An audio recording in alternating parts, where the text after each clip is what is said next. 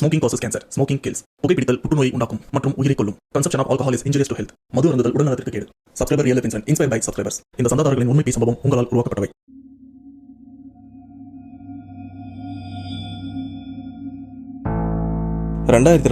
பரபரப்பா எலெக்ஷன் போயிட்டு இருக்கு. யாரு ஓட்டு போடணும், எனக்கு இவங்களை பிடிக்கும் அவங்கள பிடிக்கும் அப்படின்னு நிறைய பேர் ஊர்ல இருந்து வந்து ஓட்டும் போட்டுட்டு இருந்தாங்க. இருப்பா, இப்ப என்ன நீ பேய் கதையை விட்டு எலெக்ஷனை பத்தி பேசிட்டு இருக்க அப்படின்னு கேட்டீங்கன்னா மேட்ரு இருக்கு. ஆக்சுவலா அதே மாதிரி நம்ம சப்ஸ்கிரைபர் ஒருத்தர் சென்னையில வேலை பார்த்துட்டு இருக்காரு. அவருடைய சொந்த ஊர் கும்பகோணம். சென்னையில இருந்து கிளம்பி கும்பகோணம் போறாரு ஓட்டு போடுறதுக்காக. ஆனா நடுராத்திரி தான் அவருடைய ஊரும் போய் சேர்றாரு. கிட்டத்தட்ட பஸ் ஸ்டாப்ல இருந்து வீடு போய் சேர்றதுக்கு 4 கிலோமீட்டர் இருக்கு. சரி, ஏதாச்சும் வண்டி பிடிச்சு போலாமா அப்படின்னு பார்த்தா வண்டியும் கிடைக்கல. அப்படி நடந்து போகும்போதுதான் அவரோட உயிரை எடுக்கிற அளவுக்கு அந்த இடத்துல ஒரு அமானுஷம் காத்துட்டு இருந்திருக்கு. ஆனா அதை பத்தி தெரியாம அந்த வழியா போயிருக்காரு. கடைசியா இந்த சம்பவத்துல இருந்த ஒரு உயிர் பொழைச்சாரா இல்லையா, அதை பத்தி தான் இப்ப நாம தெளிவா பார்க்க போறோம்.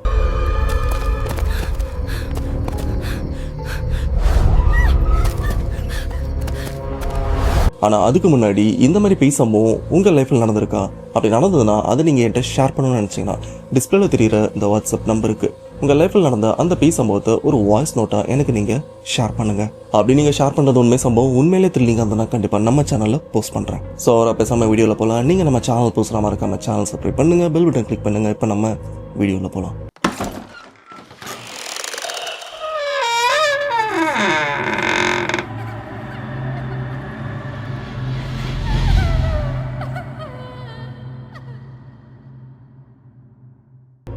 இது உண்மை சம்பவத்தை நம்ம ஷேர் பண்ண சப்ஸ்கிரைபர். இவரோட நேம் நிஷாந்த். இவர் கும்பகோணம் சேர்ந்தவர். பிறந்தது வளர்ந்தது படிச்சது எல்லாமே கும்பகோணம் தான். ஆனா வேலைக்காக கும்பகோணம்ல இருந்து சென்னைக்கு வந்திருக்காரு. சென்னையில தான் வேலை பார்த்துட்டு இருக்காரு இப்ப வரைக்கும். சமீபத்துல 2026 தமிழ்நாட்டோட சிஎம்கான எலெக்ஷன் நடந்துட்டு இருக்கு. இந்த எலெக்ஷனுக்காக நம்ம ஊர்ல இருக்கிற எல்லாருமே அவங்க சொந்த ஊருக்கு போயிட்டு ஓட்டு போடுறதுக்காக ரொம்பவே ஆர்வமா வந்திருக்காங்க. அதே மாதிரி தான் இந்த சம்பவத்தை நாம ஷேர் பண்ண நிஷாந்த் சென்னையில இருந்து ரொம்பவே கஷ்டப்பட்டு பஸ் பிடிச்சு அவருடைய சொந்த ஊரான கும்பகோணமுக்கும் போறாரு. ஆனா அங்க போறவரு நடுராத்திரி தான் போய் சேர்றாரு. போய் சேர்ந்ததுக்கு அப்புறம் வீட்டுக்கு எப்படி போறதுன்னு தெரியாம முடிச்சிட்டும் இருக்காரு. ஏன்னா பஸ் ஸ்டாப்ல இருந்து அவங்க வீட்டுக்கு 4 கிலோமீட்டரும் இருக்கு. சரி, ஃப்ரெண்ட்ஸ் யாராச்சும் கால் பண்ணலான்னு பார்த்தா நடுராத்திரி ஃபோன் பண்ண எல்லாருமே நல்லா தூங்கிட்டு இருக்காங்க. சரி, அவருக்கு தெரிஞ்ச ஒரு ஆட்டோ டிரைவர் என்ன அந்த ஏரியால தான் இருக்காரு. அவருக்கு ஃபோன் பண்ணலான்னு பார்த்தா அவரும் தூங்கிட்டு தான் இருக்காரு. இப்ப என்னடா பண்றது, வீட்டுக்கு போகணுமே அப்படின்னு யோசிக்க அங்க ஆட்டோ ஸ்டாண்டும் இருக்கு. 2-3 ஆட்டோவும் நிக்குது.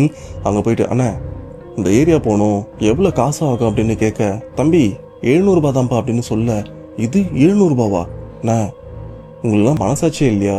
4 கிலோமீட்டர் தூரம் இருக்கு. பகல் நேரத்தெல்லாம் கேட்டா 100 ரூபாயில இருந்து 120 ரூபா தான் வாங்குவீங்க. சரி, நைட் நேரம் டபுள் சார்ஜ்னா கூட ஓகே, அநியாயமா 700 ரூபாய் கேட்குறீங்க அப்படின்னு கேட்க, தம்பி நடுராத்திரி ஆயிடுச்சுப்பா, இப்போ உன்னை விட்டுட்டு நாங்க தனியா தான் வரணும், அது இல்லாம நடுராத்திரி அப்படின்னு சொல்ல, அண்ணா டபுள் சார்ஜ் கூட வாங்கிக்கோங்க, அதுக்குன்னு 700 ரூபாய் கேட்குறீங்களே, அநியாயமா இல்லை அப்படின்னு கேட்க, இஷ்டம் தான் வாப்பா இல்லைன்னா கிளம்பு அப்படின்னு அந்த ஆட்டோ டிரைவரும் சொல்ல, அட போயா உன் வண்டி இல்லைனா என்ன, நான் நடந்தே போய்க்கிறேன், 4 கிலோமீட்டர் தானே அப்படின்னு சொல்லிட்டு இப்போ நிஷாந்த் இங்க இருந்து பொறுமையா நடக்கவும் ஆரம்பிக்கிறாரு. இப்படி நடக்க ஆரம்பிச்சவரு பொறுமையா நடந்தும் போறாரு. இவர் போற ரூட்டு எது அப்படின்னு கண்டிப்பா நான் சொல்றேன், ஏன்னா அவரும் சொல்லியிருக்காரு. அதை இந்த வீடியோட கடைசியில சொல்றேன். நடக்க ஆரம்பிக்கிறாரு. 4 கிலோமீட்டர்ல ஆல்மோஸ்ட் 2.5 கிலோமீட்டர் வரைக்கும் நடந்துட்டாரு. ஏன்னா அது வரைக்கும் அந்த இடத்துல வீடுலாம் இருந்துட்டு இருக்கு. ஆனா அடுத்து 1 கிலோமீட்டர்ல இருந்து ஒரு 1.5 கிலோமீட்டர் வரைக்கும் வீடுன்னு எதுவுமே இருக்காது, காலியா தான் இருக்கும். சொல்லப்போனா அந்த இடம் கொஞ்சம் அமானுஷமா தான் இருக்கும் அப்படின்னு இவருக்கு மட்டும் இல்ல, அந்த ஏரியால இருக்கிற நிறைய பேருக்கும் தெரியும். சரியா அந்த 1 கிலோமீட்டர் கேப்ல அந்த காலியான இடத்துல நடந்து போயிட்டே இருக்கும்போது எதிர்க்க ஒரு வயசான பாட்டியும் வராங்க. தலையில ஒரு கூடையும் வச்சிட்டு இருக்காங்க. இதை தூரத்துல இருந்து பாக்குற நிஷாந்துக்கும், ஓகே வயசான பாட்டி ஏதோ காய்கறி எல்லாம் வித்துட்டு வராங்க போல இருக்கு, நம்ம ஏரியாக்குள்ள இந்த மாதிரி நிறைய பேர் விற்பாங்க, வேலையை முடிச்சுட்டு வராங்களோ இல்ல வேலைக்கு போறாங்களான்னு தெரியல, ஆனா வயசானவங்க தான் அப்படின்னு அவங்கள பார்த்துட்டு அப்படியே அந்த இடத்த கடக்குறாரு. அப்படி கடக்கும்போது அந்த வயசான பாட்டி 2 பேருமே அப்படி நேர் எதிர்க்க வந்து ஒரு செகண்ட் அப்படியே 2 பேருமே முகத்தை பாத்துக்கிறாங்க. ஆனா நிஷாந்த் எதுவுமே பேசிக்கல. அந்த பாட்டிய அப்படி ஒரு 2 அடி கடந்து போறாரு. அப்ப அந்த பாட்டி, தம்பி என்னப்பா ஊருக்கு புதுசா அப்படின்னு கேட்க, அப்ப நிஷாந்தும் திரும்பி அந்த பாட்டியை பார்த்து, இல்ல பாட்டி நான் இந்த ஊரு தான், சென்னையில வேலை பார்த்துட்டு இருக்கேன், இப்ப லீவுக்கு ஊருக்கு வந்திருக்கேன், நானும் இந்த ஏரியா தான் அப்படின்னு அவரும் அந்த ஊரை சேர்ந்தவன் தான் அப்படின்னு அந்த பாட்டிகிட்டையும் சொல்லிட்டு இருக்க. ஓ அப்படியாப்பா இந்த ஊர் தானா அப்படின்னு அந்த பாட்டியும் அந்த ஒரு விஷயத்த சாதாரணமா எடுத்துக்கிறாங்க. இதுக்கப்புறம் இந்த பாட்டி எதுவும் சொல்லிக்கல. நிஷாந்தும் எதுவும் பேசிக்காம ஒரு சில செகண்ட் அமைதியா இருக்க. சரி நிஷாந்தும் கிளம்பலாம் அப்படின்னு திரும்பி நடக்கவும் ஆரம்பிக்க. அப்ப அந்த பாட்டி தம்பி ஒரு நிமிஷம் வாப்பா அப்படின்னு கூப்பிட, அந்த கேப்ல பாட்டி என்ன பண்றாங்கன்னா அவங்க தலையில கூட வச்சிருக்காங்கல்ல அதை அப்படியே இறக்கி கீழே வச்சிருக்காங்க. அப்போ நிஷாந்தோட எண்ணம் என்னன்னா, ஓகே பாட்டி ரொம்ப தூரத்தில் இந்த கூடையை தூக்கிட்டு வராங்க போல இருக்கு, கொஞ்சம் களைப்பா இருக்காங்க, இப்போ இந்த கூடையை மறுபடியும் தூக்கி அவங்க தலையில வைக்க சொல்றதுக்காக தான் நம்மளை கூப்பிட்டுருக்காங்க களைப்பா ஆத்திக்கிறதுக்கு. சரி நம்ம போயிட்டு உதவி பண்ணலாம் அப்படின்னு பாட்டிக்கிட்டேயும் வராரு. அண்ட் வந்து அந்த கூடையை தூக்குறாரு. அப்படி தூக்கும் போது அந்த இடத்துல பயங்கரமான துர்நாற்றம் அடிக்குது. இப்படி அடிக்கிற அந்த துர்நாற்றத்தால நிஷாந்த் அந்த இடத்த சுத்தி பார்க்கறாரு.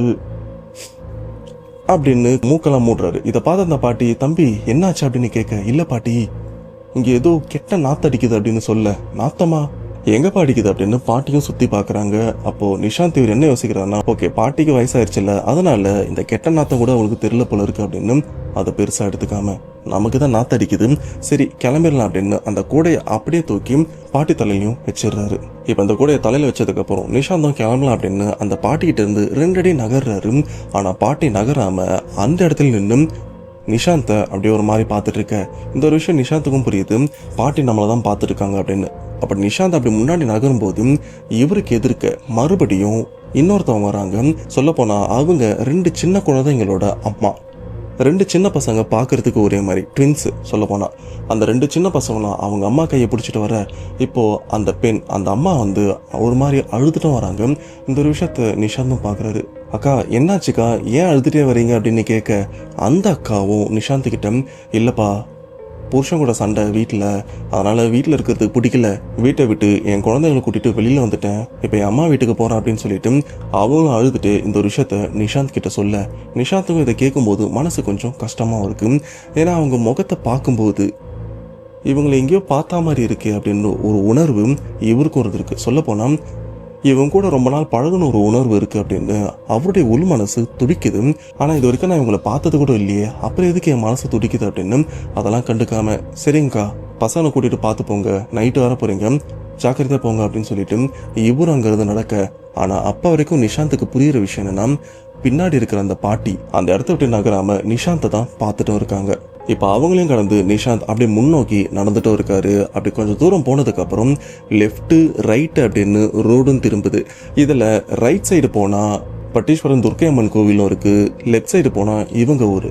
நிஷாந்தும் அப்படியே லெஃப்ட் சைடும் திரும்புறாரு. அப்படி திரும்பும்போது சரியா அந்த கார்னர்ல நல்லா கம்பீரமா மீசெல்லாம் முறுக்கி வச்சுக்கின்னு சுருட்டெல்லாம் பிடிச்சிட்டு ஒரு வயசானவர் நிக்கிறாரு. இந்த வயசானவரை நிஷாந்தும் பாக்குறாரு. யாரு இவரு, ஆளு பாக்குறதுக்கு ஒரு மாதிரி தோரணையா நிக்கிறாரு அப்படின்னு அந்த வயசானவரை பார்த்தபடி அப்படியே முன்னாடி நகர்ந்தும் போறாரு. அப்ப அந்த வயசானவர் சொல்ற விஷயம், தம்பி வீட்டுக்கு தானே போற, வீட்டுக்கு போன முதல் வேலையா நீ பண்ற விஷயம் என்ன தெரியுமா, வீட்டு வாசல்ல தண்ணியை வச்சு காலை நல்லா கழுவிட்டு அதுக்கப்புறம் வீட்டுக்குள்ள போ அப்படின்னு அந்த வயசானவரும் சொல்ல, நிஷாந்த் இந்த ஒரு விஷயத்த கேட்டுட்டு சரிங்கய்யா கண்டிப்பா நான் பண்றேன் அப்படின்னு சொல்லிட்டு அந்த பெரியவரை கடந்து அப்படியே நடந்தும் போறாரு. அந்த பெரியவர் அந்த இடத்துல அப்படி சுருட்டு பிடிச்சிட்டு அப்படியே தான் நிக்கிறாரு. சரி அந்த லெஃப்ட் திரும்பினார்ல, அதுல இருந்து ஒரு 1/2 கிலோமீட்டர்ல நிஷாந்தோட வீடு வந்துடும். கரெக்டா வீட்டுக்கிட்டே வந்துடுறாரு. வீட்டுக்குள்ள போறதுக்கு முன்னாடி அந்த வயசான தாத்தா அவர் சொன்ன விஷயம் தான் ஞாபகம் வருது. சரி தண்ணி எடுத்து காலை கழுவிடலாம் அப்படின்னு வழக்கமா வீட்டுக்கு போறதுக்கு முன்னாடி காலெல்லாம் கழுவிடுவாரு. அதே மாதிரிதான் அன்னைக்கு நல்லா சுத்தமா காலை கழுவிட்டு தான் வீட்டுக்குள்ளேயும் போறாரு. போனவர் அதுக்கப்புறம் சைலண்டா தூங்கிடுறாரு. இதுக்கப்புறம் எந்த பிரச்சனையுமே இல்லை. இப்படி பொழுது விடியுது. பொழுது விடிஞ்சதுக்கு அப்புறம் நிஷாந்தால எந்திரிக்கவே முடியல. அந்த அளவுக்கு ஒரு உடம்பு வலி, ஜோரம் அடிக்கிற மாதிரி ஒரு ஃபீலும் இருக்கு. சொல்ல போனா அடிச்சு போட்ட மாதிரி ஒரு உடம்பு வலியில படுத்துட்டும் இருக்காரு. பொழுது விடிஞ்சும் நிஷாந்தால எந்திரிக்கவும் முடியல. அந்த அளவுக்கு உடம்பு வலி பயங்கரமா இருந்துட்டு இருக்க. சரியா பொழுது விடிஞ்சதுக்கு அப்புறம் நிஷாந்தோட பாட்டி இவங்க காலையில் எந்திரிச்சு இவங்க குலதெய்வமான மதுரை வீரருக்கு நல்லா பூஜை பண்ணிட்டு அதுக்கப்புறம் தான் மற்ற வேலைலாம் பார்க்க வருவாங்க. அதே மாதிரி அன்னைக்கு பூஜையெல்லாம் முடிச்சுட்டு தான் ஊர்ல இருந்து வந்த நிஷாந்தையும் பார்க்க வராங்க. இவரும் தூங்கிட்டு இருக்காருல. நிஷாந்த கரெக்டா பார்த்தா அடுத்த செகண்டே பாட்டி இவங்களுக்கு என்னாச்சுன்னு தெரியல திடீர்னு பயங்கரமா கத்துறாங்க. இந்த கத்தன சத்தத்தை கேட்டு நிஷாந்த் பயத்துல எப்படி கஷ்டப்பட்டு எந்திரிக்க முயற்சி பண்றாரு. ஆனா அதுக்குள்ள வீட்டுல இருக்கிற நிஷாந்தோட அம்மா அப்பா அண்ட் அவருடைய தங்கச்சி அப்படின்னு எல்லாருமே வந்துடுறாங்க. என்னன்னு பார்த்தா பாட்டிக்கு சாமி வந்திருக்கு. சாமி வந்தது மட்டும் இல்லாமல் நிஷாந்தை பார்த்து தான் ஒரு மாதிரி பயங்கரமாக கத்திட்டு இருக்காங்க. அப்படி சாமி வந்த பாட்டி நிஷாந்த் இவர்கிட்ட இருந்து நகர்ந்து அப்படி தள்ளி வெளியில வந்துடுறாங்க.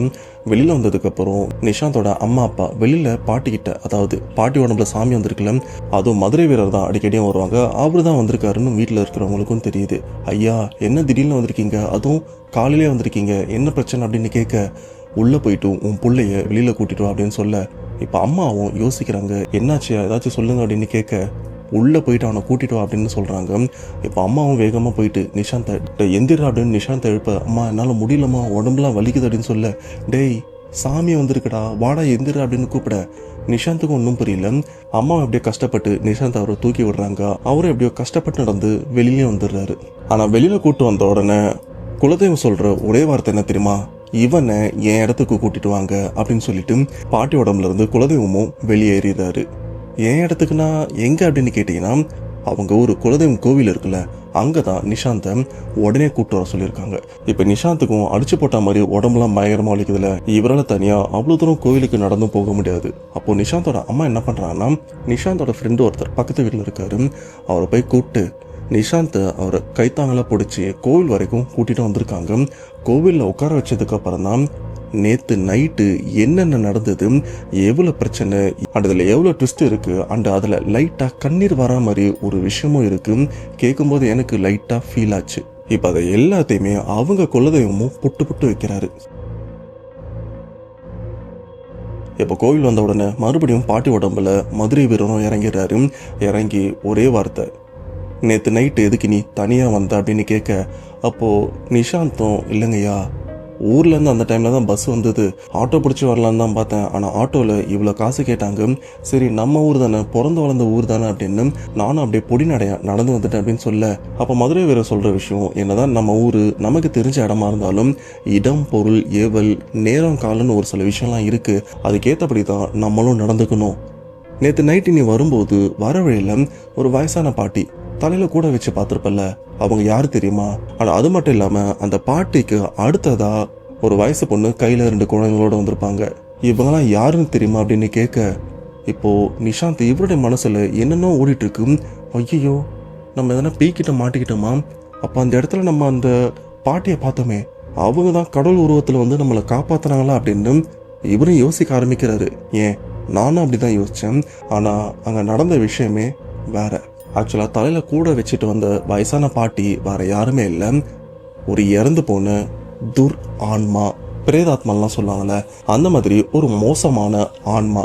அந்த ஆன்மா அந்த வழியாக வரும்போது எதிர்க்க வந்த நிஷாந்தம் போட்டு தள்ளலாம் அப்படின்ட்டு தான் அங்கே காத்திருந்துருக்காங்க. சரியா அந்த வயசான பாட்டி அவங்க தலையில் கூட எடுத்து வச்ச ஒரு சில வினாடிகளில் அந்த பக்கம் திடீர்னு ஒரு அக்கா கையில் 2 குழந்தைங்களோட வந்திருப்பாங்கல்ல, அப்படி வந்தவங்க நிஷாந்த் இவரை காப்பாற்றுறதுக்காக தான் வந்திருக்காங்க. இதில் நான் இன்னொரு விஷயம் சொல்கிறேன், ஆனால் மனசை கொஞ்சம் திடமாக வச்சுட்டு அந்த ஒரு விஷயத்த நீ எடுத்துக்கும்.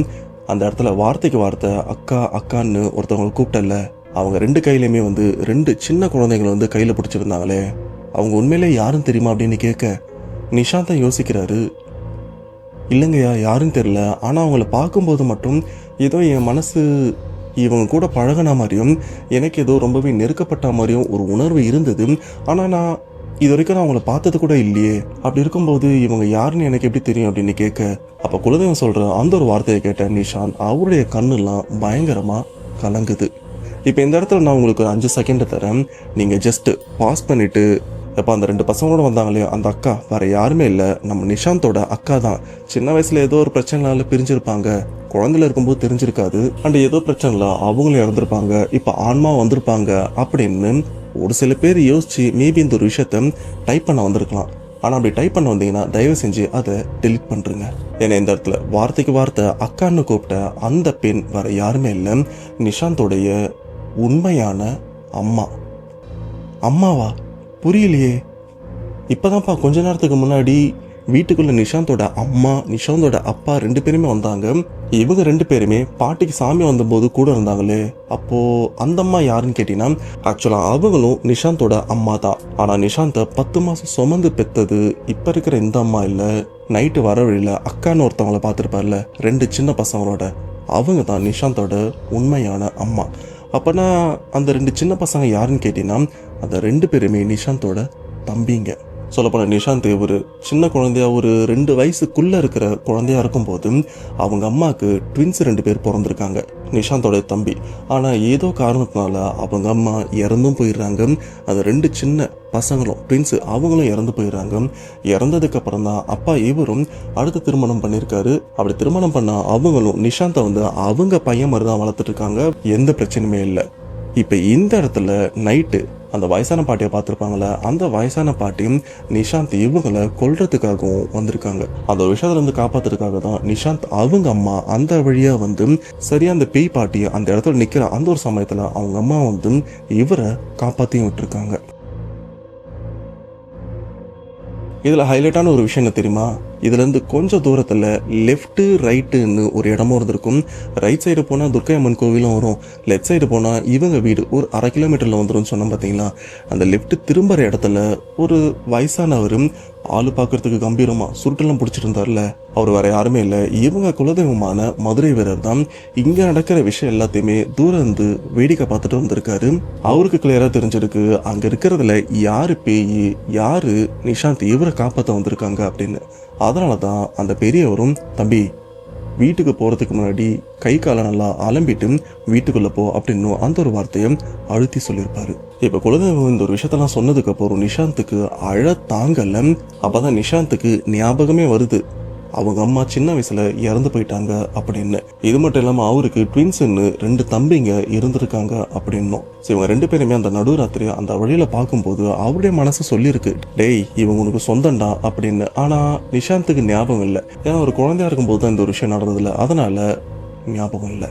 இப்போ குலதெய்வம் இந்த ஒரு விஷயத்த சொல்லும் போது அவருக்கும் மனசு அந்த அளவுக்கு வலிச்சிருக்கு. ஆனா ஒரு பக்கம் ரொம்பவே சந்தோஷப்பட்டிருக்காரு, அவருடைய அம்மா தன்னுடைய உயிரை காப்பாத்திருக்காங்க அப்படின்னு. அந்த மதுரை வீரர் இன்னொரு விஷயமும் சொல்றாரு, நான் அந்த இடத்துக்கு வரத்துக்கு முன்னாடியில இருந்து உன் அம்மா உனக்காக அந்த இடத்துல பாதுகாப்பா தான் இருந்திருக்கா, ஆனா தாமதமா வந்தேன்னா அந்த இடத்துல வேடிக்கை தான் பார்த்தேன் அப்படின்னு குலதெய்வமே சொல்லியிருக்காரு. இதுக்கப்புறம் குலதெய்வம் இன்னொரு விஷயமும் சொல்றாரு, இதுக்கப்புறம் என்ன வேலை இருந்தாலும் இந்த மாதிரி நடுராத்திரி அர்த்தராத்திரியில தனியா இந்த மாதிரி நடந்து வராத, வந்தனா கண்டிப்பா இந்த மாதிரிலாம் பிரச்சனை நடக்கும் அப்படின்னு சொல்ல, சரிங்க சாமி இதுக்கப்புறம் நான் இந்த மாதிரி பண்ண மாட்டேன், எதா இருந்தாலும் பொழுது போறதுக்குள்ள வீடு சேர்ந்துரு அப்படின்னு சொல்ல, இப்படி பேசிட்டு இருக்கும்போது நிஷாந்த் அவர் அறியாமலே மறுபடியும் அழறாரு. ஆனா இந்த கண்ணீருக்கு காரணம் என்ன அப்படின்னு அவருடைய குலதெய்வமான மதுரை வீரருக்கு ரொம்பவே தெளிவா தெரியுது. அப்போ எதிர்ச்சியா நிஷாந்த் அழுதுட்டு அப்படி சைட்ல திரும்பி பார்க்குறாரு. அப்படி திரும்பி பார்க்கும்போது ஒரு 2-3 செகண்ட்ல இருந்து 5 செகண்ட் வரைக்கும் அந்த இடத்துல அதே அக்கா கையில் 2 குழந்தைங்களோட நடந்தும் வராங்க. நடந்து அந்த 5 செகண்டுக்குள்ள மறைஞ்சும் போறாங்க. ஏன்னா இந்த இடத்துல நிஷாந்த் இவர் எதுக்காக அழுதுருக்காருன்னா, நைட் அவர் பார்த்தது ஏதோ தெரியாத ஒரு முகம் மாதிரி பார்த்துருப்பாரு. இப்போ குலதெய்வம் சொன்னதுக்கு அப்புறம் தான் இவருக்கே தெரியுது அவருடைய அம்மா அப்படின்னு. அப்படிப்பட்ட அந்த உருவத்தை இப்போ என்னால் பார்க்க முடியல அப்படின்னு அதை நினச்சிதான் அழுதுருப்பாரு. இதை உணர்ந்த குலதெய்வம் சரி அந்த ஒரு பிம்பம் மறுபடியும் இவன் கண்ணுக்கு தெரியட்டுமே அப்படின்னு அந்த ஒரு விஷயத்த மறுபடியும் இவருக்காக நிகழ்த்தி காட்டியிருக்காங்க. ஆனால் இப்போ அதே மாதிரி நிஷாந்த் இவருக்கு அன்பான ஒரு அம்மாவும் இருக்காங்க, 2 தங்கச்சியும் இருக்காங்க, தம்பி இருக்கிற இடத்துல தங்கச்சியும் இருக்காங்க. அதே மாதிரி இவருக்கும் ஒரு நல்ல குடும்பமும் இருக்கு. அதை நினைச்சு சந்தோஷமா பட்டு இருக்காரு. பட் ஏதோ ஒரு விதத்துல அவங்க அம்மாவை கண்டிப்பா அவரும் மிஸ் பண்ணுவாரு. மேபி இந்த வீடியோவை பார்க்கும்போது கூட அவரு கண் கலங்கிறது கூட நிறையவே சான்ஸ் இருக்கு. ஏன்னா கேட்கும்போது எனக்கு மனசு கொஞ்சம் கஷ்டமா தான் இருக்கு. எனக்கு தெரியும் இந்த ஒரு சம்பவத்துல பெருசா ஹாரர் அப்படின்னு எதுவுமே இல்லை. ஆனா அந்த ஹாரரையும் தாண்டி உங்க மனசை உருக வைக்கிற அளவுக்கு ஒரு சம்பவம் இந்த இடத்துல இருக்கு. அதனால தான் இதை நான் உங்களுக்காக போஸ்ட் பண்ணியிருக்கேன். ஸோ இந்த சம்பவத்தை கேட்கும்போது உங்களுடைய தாட் என்ன மறக்காம கமெண்ட் பாக்ஸில் மென்ஷன் பண்ணுங்க. அவ்வளோதான் மக்களே, சம்பவம் வர கண்டிப்பாக இந்த சம்பவம் உங்களுக்கு பிடிச்சிருக்குன்னு நம்புறேன். மறக்காம இந்த சம்பவத்தை பற்றி உங்களுடைய கருத்து நன்றதை கமெண்ட் பாக்ஸில் மென்ஷன் பண்ணுங்க. அப்படியே இந்த வீடியோவை உங்கள் ஃப்ரெண்ட்ஸ் அண்ட் ஃபேமிலிக்கும் மறக்காமல் ஷேர் பண்ணிடுங்க. கீழே சப்ஸ்கிரைப் பட்டன் இருக்கும், மறக்காமல் சப்ஸ்கிரைப் பண்ணால் மட்டும்தான் இந்த மாதிரி விறுவிறுப்பான உண்மை பேய் சம்பவங்கள்லாம் நான் போஸ்ட் பண்ணுவேன். அது உங்களுக்கும் கரெக்டான டைமில் சேரும். ஸோ மறக்காமல் சப்ஸ்கிரைப் பண்ணிடுங்க. ஸோ நெக்ஸ்ட் ஒரு உண்மை சம்பவத்தோட கண்டிப்பாக உங்களை நான் மீட் பண்ணுறேன். அதுவரை உங்களை விடைபெறுவது உங்கள் நான்.